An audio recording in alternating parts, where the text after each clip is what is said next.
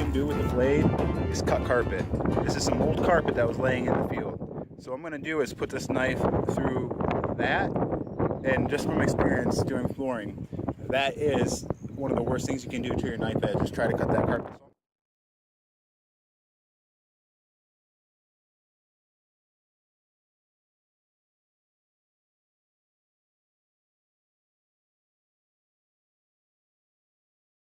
Alright guys, so I ended up firing my cameraman, Jacques from Bay. It's French. The camera was set up terribly in that last one. You can't actually observe me cutting the carpet, but if you look here, as I stated before I started cutting the carpet, it is terrible on a knife edge. Alright, there you can see that was after cutting about a 4x4-ish strip of carpet out. You can see there's a good chip there, and it really tore up this blade, so I got some work to do before I can do more testing to get it back. I suspect this is Gerber mystery steel. I'll look it up and see if I can figure out what this is made of. So I thought about getting one of my other knives. I have the Buck Vantage Pro and Boss Heat Treated S30V. I feel like that would be a good measuring stick. I mean, not a fair measuring stick, but just to see how that carpet does on a little bit of tougher steel. So I'm probably going to sharpen that up and take it out and maybe do an edge comparison of this versus that. All right, guys, so I've got the Buck Vantage Pro. I've got a pretty good edge on it. I actually cut that piece of carpet out of the bigger piece because of, well, it's buried. And yeah, you see that white stuff? Welcome to Michigan. It's less than 2 weeks until May, guys. It snowed, and now it's raining.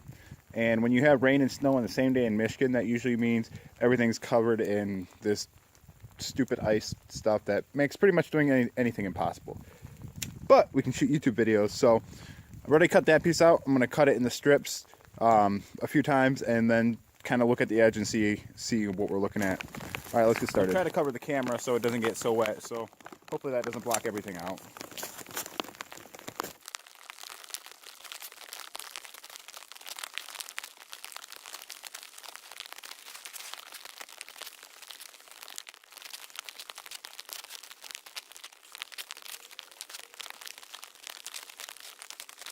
All right, so let's take a look. See if we can get a close-up on that edge.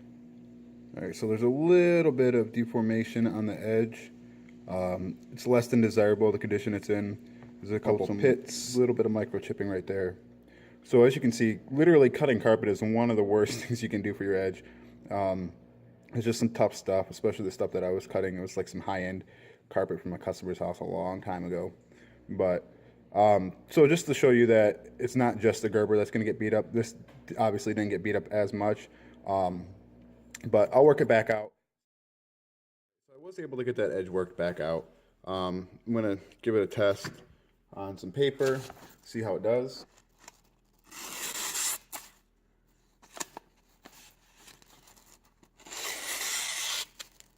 And right there is where that chip is.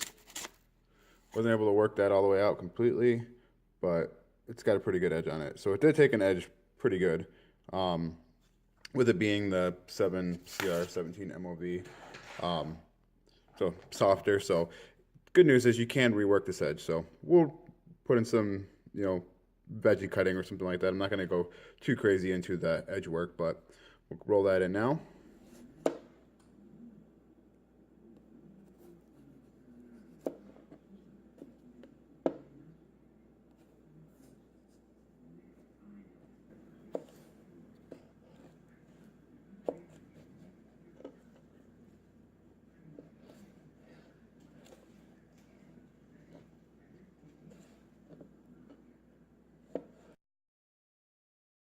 All right, so I'm gonna do my my ergo test where I stick the knife into the log. I'm gonna put some lotion on my hands, make this knife real slick, and see if I can pick up the log and see how sure this knife is in the hand. I would like to point out that white crap. It's almost a week and a half until May, guys. Send some warm weather my way, please and thank you. So let's stick it in the log and try and pick it up. All right, so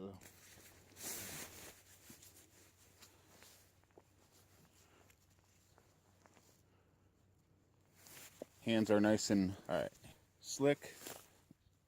The knife is nice and slick.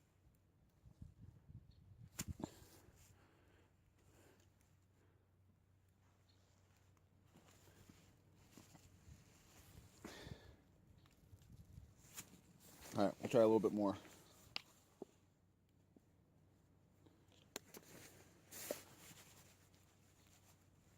All right.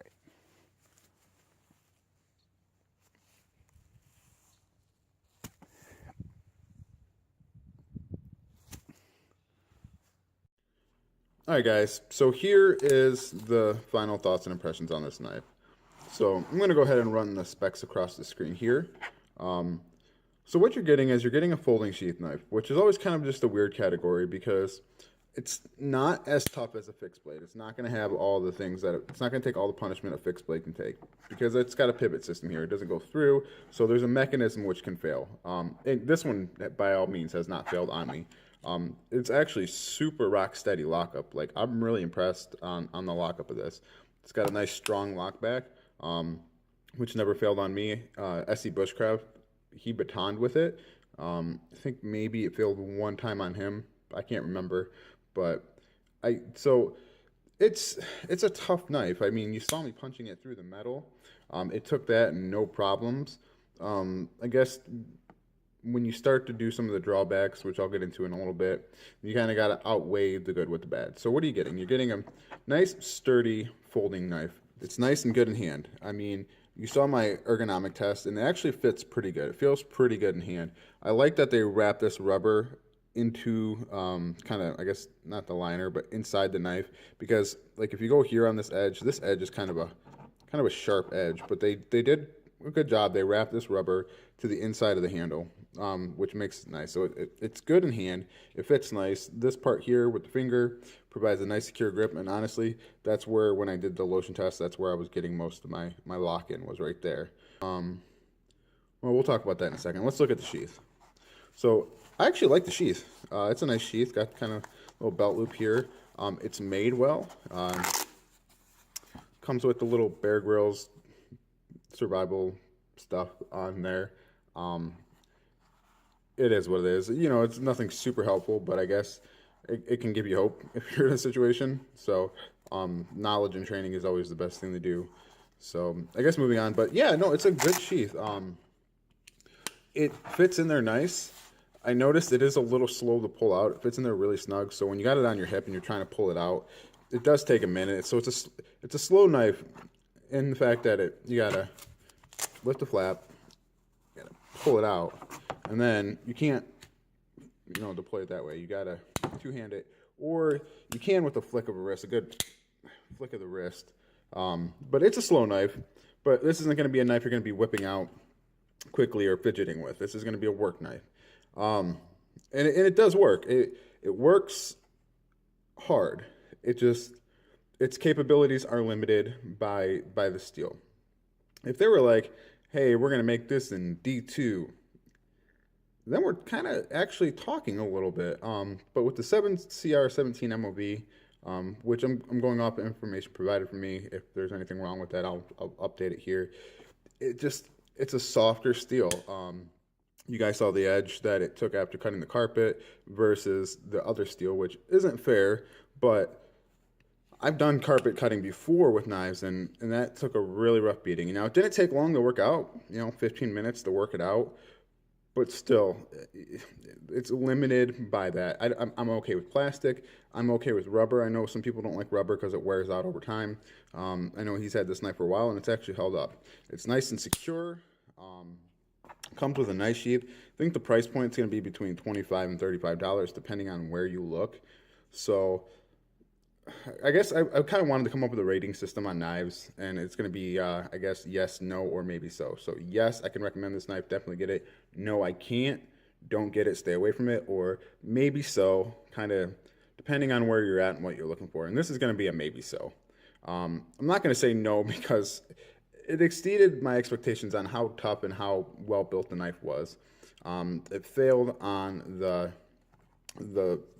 steel.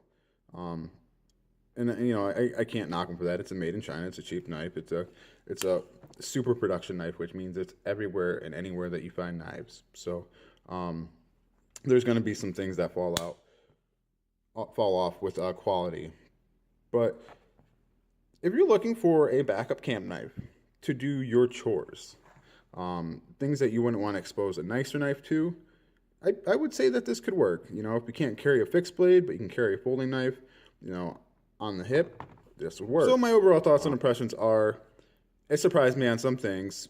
It didn't surprise me on others. So my recommendations on this is, if you got $25 and you just want a backup knife, or, you know, $30 and you want a backup knife that you can throw in the pack, or something that you can expose to other elements that you don't want to expose your knife to, sure. I mean, this could be for you, but that's where I would draw the line. There you go, guys. Overall thoughts and impressions. Hope you have a good one. Stay tuned. Got some more videos coming out soon. See you soon, guys.